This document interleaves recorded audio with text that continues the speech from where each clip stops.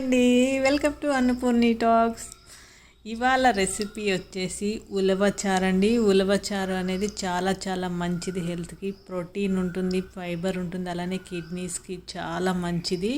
ఓవరాల్గా మన మనిషికి అనేది ఈ ఉలవచారు చాలా చాలా మంచిది అనమాట. ముందుగా ఈ ఉలవలు 200 గ్రామ్స్ తీసుకొని నైట్ అంతా నానబెట్టాను. ఆ నానబెట్టిన వాటర్తో సహా కుక్కర్లో వేసుకొని ఇంకొంచెం వాటర్ యాడ్ చేసుకొని స్టవ్ పైన పెట్టేశానండి. ఒక 10 విజిల్స్ వస్తే సరిపోతుంది. దానికి తగినంత చింతపండునైతే నానబెట్టుకోవాలి. మీ పులుపుకి తగ్గట్టు ఎక్కువ తినేవాళ్ళు ఎక్కువ వేసుకోవచ్చు, తక్కువ తినేవాళ్ళు తక్కువ వేసుకోవచ్చు. ఉలవలు అయితే ఉడికిపోయినాయండి. ఇప్పుడు చూద్దాం ఎలా ఉన్నాయో. ఇలా మంచిగా బాయిల్ అయిపోయినాయండి. చక్కగా చూసారు కదా, మంచి కలర్ కూడా, వాటర్ కూడా ఎంత మంచి కలర్ వచ్చిందో. చాలా మెత్తగా కుక్ అయిపోయినాయండి. ఇక చాలు ఇవి. కొంచెం మనం ఈ గరిటెతోటి జస్ట్ ఇలాగా కొంచెం మ్యాష్ చేసేసుకొని ఇది వడకట్టేసుకుంటే సరిపోతుందండి. వడకట్టుకుందాం ఇప్పుడు. ఈ మాత్రం అనుకుంటే చాలు. ఒక జల్లెడ పెట్టేసుకొని దీన్ని వడకట్టేసుకుంటే మనకి చారు చేసుకోవడానికి మనకి ఉలవలు ఉడకపెట్టుకున్న నీళ్ళు అయితే రెడీ అయిపోతాయి. ఇప్పుడు ఒక చిన్న మిక్సీ జార్ తీసుకొని ఫుల్గా ఒక గరిటెడు మనం ఈ ఉలవల్ని మిక్సీలో వేసుకోవాలి. ఒక గరిటెడు ఫుల్గా వేసుకుంటే చాలు, సరిపోతాయి. ఇలా వేసుకొని మెత్తగా, ఎక్కడ కూడా పప్పులు లేకుండా మెత్తగా పేస్ట్ లాగా చేసుకోవాలి. చూసారు కదా, ఈ నీళ్ళన్నీ మనం ఉలవచారుకు వాడుకుంటాము. ఇంకా ఆ ఉలవలు ఏవైతే ఉన్నాయో అవైతే వాడమండి, పక్కన పెట్టేయడమే. జస్ట్ మనం ఈ మిక్సీలో వేసిన ఉలవలు మాత్రమే పేస్ట్ లాగా చేసుకొని మనం ఉలవచారుకి వాడుకోవాలి. ఇప్పుడు ఈ ఉలవలు ఏవైతే ఉన్నాయో అవి పేస్ట్ చేసుకుందాము. పేస్ట్ చేసుకుని మీకు చూపిస్తాను ఎలా చేయాలని. ఇది చాలా చాలా మంచిదండి. మనము కిడ్నీలో స్టోన్స్ వచ్చినప్పుడు కూడా తినాలి అని అంటారు, చాలా మంచిది. చూసారు కదా, ఈ విధంగా మనం గ్రైండ్ చేసుకోవాలి. ఇప్పుడు ప్యాన్ పెట్టుకొని ఆయిల్ వేసానండి.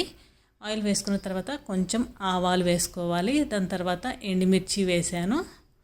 దాని తర్వాత వెల్లుల్లిపాయ ముక్కలు వేసానండి, చిన్న చిన్న ముక్కలుగా కట్ చేసి వేసుకోవాలి. ఇది కొంచెం మనకి రెడ్గా వేగించుకుంటే సరిపోతుంది.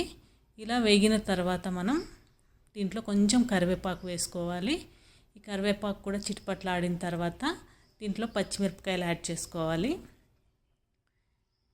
ఇప్పుడు పచ్చిమిరపకాయలు వేసుకున్నాం కదా, ఈ పచ్చిమిరపకాయలు వేసుకున్న తర్వాత ఆనియన్స్ కూడా వేసుకోవాలి. ఆనియన్స్ ఇలాగా పొడవుగా కట్ చేసుకోవాలండి. ఇలా పొడవుగా కట్ చేసుకుంటే సరిపోతుంది. ఇప్పుడు ఇవి మంచిగా ఫ్రై అవ్వాలన్నమాట. ఇది కూడా మంచి గోల్డెన్ బ్రౌన్ కలర్ వచ్చేంత వరకు మనం ఫ్రై చేసుకోవాలి. ఈ ఎండుమిర్చి చాలా చాలా బాగుంటాయండి. ఎప్పటి నుంచో వెతుకుతున్నాను, నాకు ఇప్పటికి దొరికినాయి అవి. ఇక్కడ మన హైదరాబాద్లో అయితే నాకు రత్నదీప్లో దొరికినాయి అవి. ఇప్పుడు ఇది ఫ్రై అయిపోయిందండి. ఈ విధంగా ఫ్రై అయితే సరిపోతుంది. ఇప్పుడు మనం దీంట్లో చింతపండు పులుసు పోసుకుందాము. మీకు ఎంత కావాలో అంత వేసుకొని మిగతాది పక్కన పెట్టేసుకోవచ్చు. ఇప్పుడు చింతపండు పులుసు వేసుకున్న తర్వాత మంచిగా పచ్చివాసన పోయేంత వరకు మంచిగా కుక్ చేసుకోవాలన్నమాట. చూసారు కదా, ఇలా కుక్ అవుతూ ఉంటే మనకి అందులో ఉన్న పచ్చిదనం అనేది పోతుంది. మంచిగా చాలా మంచి టేస్ట్ వస్తుందన్నమాట, మనకి మంచి స్మెల్ వస్తుందండి. ఇలా బాయిల్ అయింది కదా, ఇప్పుడు మనం దీంట్లో ఒక స్పూన్ కారం వేసానండి. అలానే 1/2 టీ స్పూన్ పసుపు, తగినంత సాల్ట్ వేసాను. చాలకపోతే మళ్ళీ వేసుకోవచ్చు. ఇది కూడా వేసుకున్న తర్వాత మంచిగా మిక్స్ చేసుకోవాలండి ఇలాగా. అలానే చాలా చాలా థ్యాంక్స్ అండి, నా వీడియోస్ అయితే చాలా మంది చూస్తున్నారు. అలానే ప్లీజ్ లైక్, షేర్, సబ్స్క్రైబ్, అలానే బెల్ ఐకాన్ కూడా క్లిక్ చేయండి. మంచి మంచి వీడియోస్ అయితే పోస్ట్ చేస్తున్నాను, మీకు ఖచ్చితంగా నచ్చుతాయి.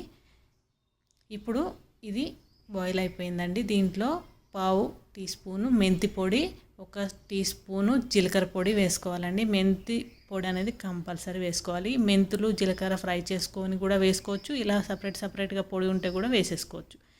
ఇది కూడా వేసుకున్న తర్వాత మంచిగా కలుపుకొని ఇప్పుడు మనం ఏదైతే ఈ పేస్ట్ని గ్రైండ్ చేసుకున్నామో ఉలవల పేస్ట్ని అది కూడా వేసుకొని మంచిగా ఈ చింతపండు గుజ్జులో కలిసిపోవాలన్నమాట. మొత్తం కూడా ఇందులో ఫస్ట్ మనం ఇలా కలుపుకొని చక్కగా కుక్ చేసుకోవాలి. మొత్తం కూడా వేసేసుకొని మంచిగా గ్రైండ్ చేసుకున్న దాన్ని అంతా కూడా వేసుకొని ఇలా మిక్స్ చేసుకుంటే మంచిగా ఫస్ట్ ఏంటంటే మనం ఉలవలు నీళ్లు పోయకుండా ఇలా ఈ పేస్ట్ వేసుకొని మనం కుక్ చేసుకుంటే మంచిగా బాగా కుక్ అవుతుందన్నమాట. దాని తర్వాత మనం వాటర్ వేసుకోవచ్చు. చూసారు కదా, ఇలాగా మంచిగా ఈ ఏదైతే మనం చింతపండు గుజ్జు ఉందో ఆ గుజ్జు ఈ పేస్ట్ రెండు మంచిగా మిక్స్ అయిపోయిన తర్వాత ఉలవలు ఉడకపెట్టుకున్న వాటర్ని యాడ్ చేశానండి. ఇలా మంచిగా ఈ నీళ్ళన్నీ పోసేసుకొని కలుపుకోవాలి. ఈ పేస్ట్ అంతా కూడా ఈ ఉలవల నీళ్ళల్లో కలిసిపోయే విధంగా మంచిగా ఎక్కడ ఉండలు అవి లేకుండా నీట్గా కలిపేసుకొని మనం బాయిల్ చేసుకోవాలన్నమాట. చూసారు కదా ఎంత క్వాంటిటీ వేసానో, ఎంత క్వాంటిటీ వరకు నేను మరిగిచ్చానో, చిక్కదనం ఎంతవరకు వచ్చిందనేది మీరు చూస్తున్నారు. కానీ చూసారు కదా మంచి స్మెల్ వస్తుందండి అప్పుడే. అసలు అది జస్ట్ బాయిలింగ్ స్టార్ట్ అయింది అయినా కానీ మంచి స్మెల్ వస్తుందన్నమాట. చాలా బాగా మంచి స్మెల్ వస్తుందండి. ఇది మంచిగా బాయిల్ అవుతుంది కదా, ఇప్పుడు బెల్లం వేస్తున్నానండి. ఆల్రెడీ సగం పైనే బాయిల్ అయిపోయింది. ఇది కొంచెం ఒక స్పూను బెల్లం అనేది ఖచ్చితంగా వేసుకుంటేనే మనకు ఆ టేస్ట్లన్నీ కూడా కరెక్ట్గా సెట్ అవుతాయి అన్నమాట. ఇప్పుడు అయిపోయిందండి. ఇది గరిటెకి ఇలా మంచిగా గరిటెని ఇలా ఉలవచారులో పెట్టి తీసినప్పుడు అలా అతుక్కుంటే మంచిగా మనకి ఉలవచారు బాయిల్ అయినట్టు అనమాట. నేను మళ్ళీ కొంచెం తాలింపు వేస్తున్నాను. కొంచెం ఆయిల్ వేసుకొని కొన్ని ఆవాలు, పచ్చగా దంచిన వెల్లుల్లి, కొంచెం కరివేపాకు వేసాను. అంతే, ఇంకేం అవసరం లేదు. దీంట్లో తాలింపు వేసేసుకోవడమే. ఇంకా చాలా హ్యాపీగా వేడివేడి అన్నంలో తింటే అదిరిపోతుందండి.